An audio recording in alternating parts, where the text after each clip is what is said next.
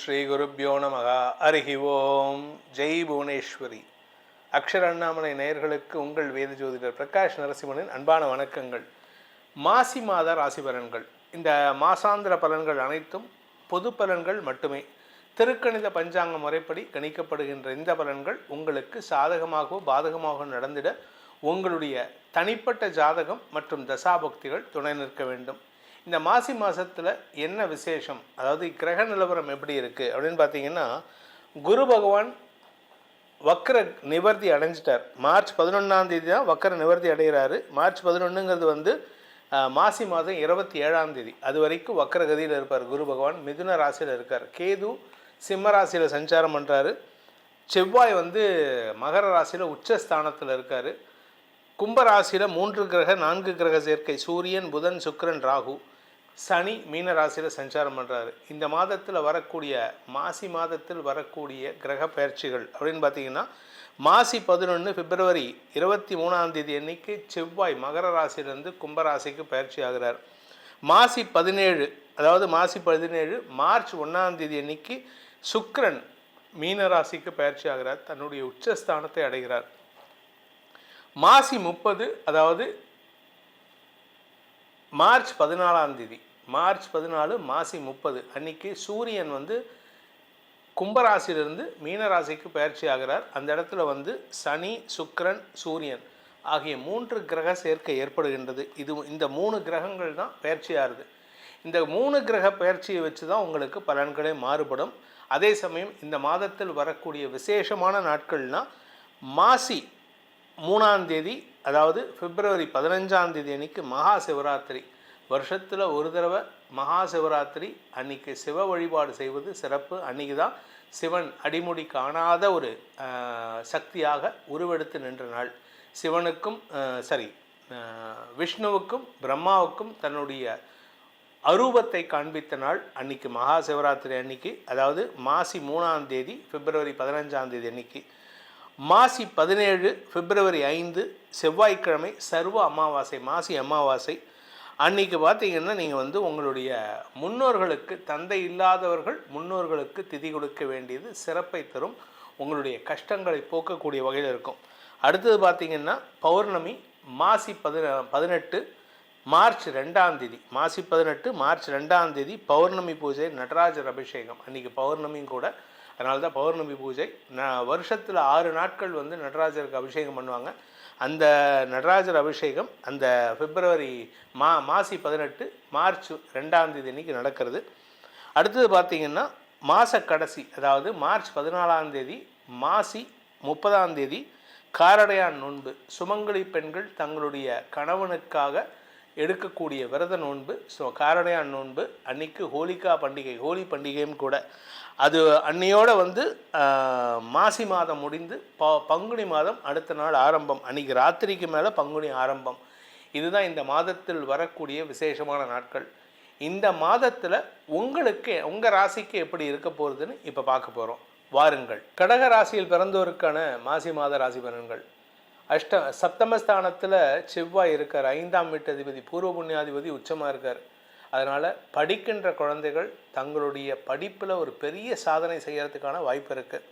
குறிப்பாக பார்த்திங்கன்னா இந்த வியாபாரிகள் விஷயத்திலும் சரி, படிக்கின்ற குழந்தைகள் விஷயத்திலும் சரி, நீங்கள் அவங்களுடைய ஆக்ரோஷத்தன்மை ரொம்ப ஜாஸ்தி இருக்கும். அதுவும் புதுசாக வியாபாரம் துவக்கிட்டால் போதும், அவங்க ராத்திரி பகல் பார்க்காம 24 மணி நேரமும் அதை பற்றின சிந்தனையாகவே இருப்பாங்க. அதனால் என்ன ஆகும்னா, சில சமயம் கூட பிறந்தவங்களெல்லாம் திட்டி சண்டை போட்டு அவங்ககிட்டலாம் சண்டை போடுவாங்க. யாருக்கிட்டையுமே இப்போ அவங்களால சுமூகமாகவே இருக்க முடியாது கடகராசியை பொறுத்த வரைக்கும். ஆனால் அவங்களுடைய தொழில் ரீதியான முயற்சிகளில் தே ஆர் வெரி விகரஸ், ஆக்ரோஷமாக இருக்காங்க. அலுவலக ரீதியாக ஆக்ரோஷத்தன்மையோடு செயல்படுறாங்க. அதனால் கொஞ்சம் கூட ஒர்க் பண்ணுறவங்களெல்லாம் அதிகாரமாக அடித்து வேலை வாங்குவாங்க. அதுவும் இந்த ராசியில் பிறந்தவங்க டீச்சர்ஸாக இருந்துட்டாங்கன்னா அந்த குழந்தைங்க பாடு திண்டாட்டம் தான். கையில் எப்போ பாரு பெரம்பு வச்சுருப்பாங்க, விரட்டிக்கிட்டே இருப்பாங்க. அதே சமயம் நீங்கள் போலீஸ் டிபார்ட்மெண்ட்டில் வேலை பண்ணுறீங்க அப்படின்னா உங்கள் கூட இருக்கிறவங்களே நீங்கள் மிரட்டுவீங்க. நீங்கள் போலீஸ் டிபார்ட்மெண்ட்டில் இருக்கிறீங்க, இல்லை மிலிட்ரியில் இருக்கீங்கன்னா உங்களுக்கு பதவியில் கடுமையான உழைப்பை வெளிப்படுத்துவீர்கள். அதனால் உங்களுக்கு மரியாதை உயர்வு ஏற்படும். எல்லோரும் உங்களை பார்த்தாலே சல்யூட் அடிச்சுட்டு பயந்து நடுங்குவாங்க. ஆனால் அது முக்கியம் கிடையாது. சில இடத்துல நீங்கள் வந்து பதவிசாவும் நடந்துக்க கற்றுக்கணும்.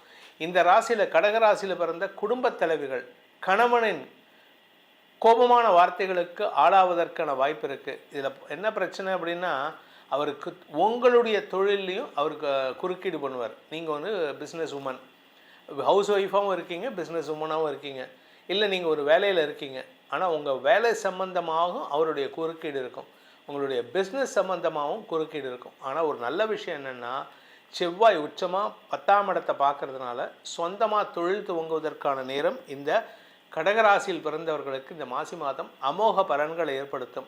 ஸோ அதனால் நீங்கள் வந்து சொந்தமாக தொழில் துவக்கணும், பிஸ்னஸ் ஸ்டார்ட் பண்ணணும், ஒரு கேஃப்டேரியா ஸ்டார்ட் பண்ணணும், ஒரு காஃபி ஷாப் ஸ்டார்ட் பண்ணணும், இல்லை வந்து ஒரு பேக்கரி ஷாப் ஸ்டார்ட் பண்ணணும், இதெல்லாம் நீங்கள் தாராளமாக பண்ணலாம்.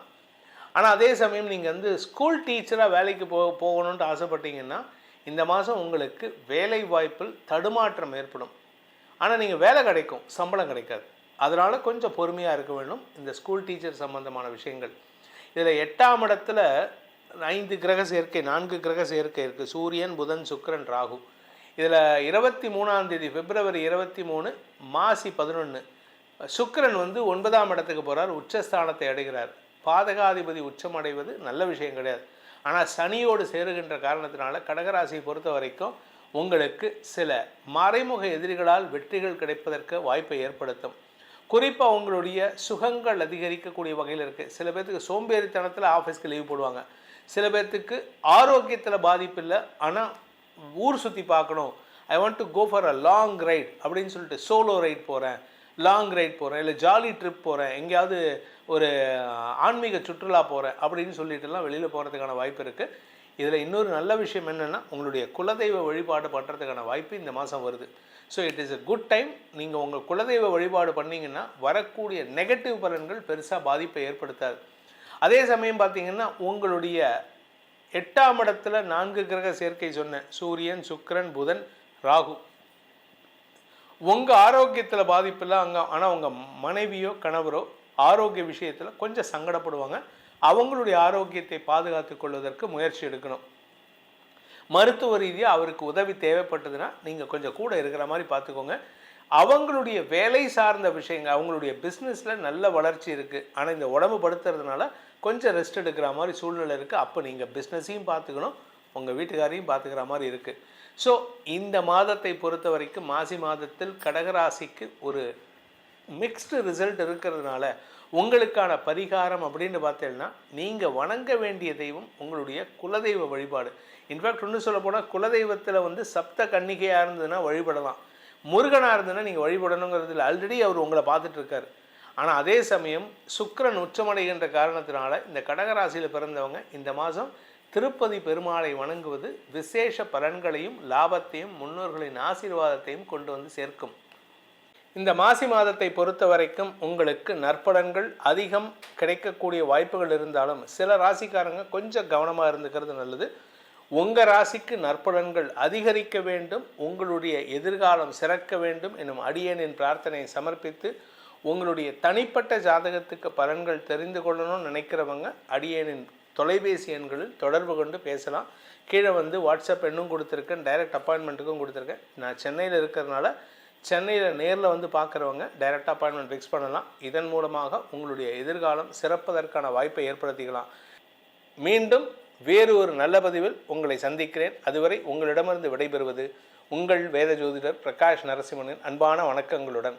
நன்றி, வணக்கம்.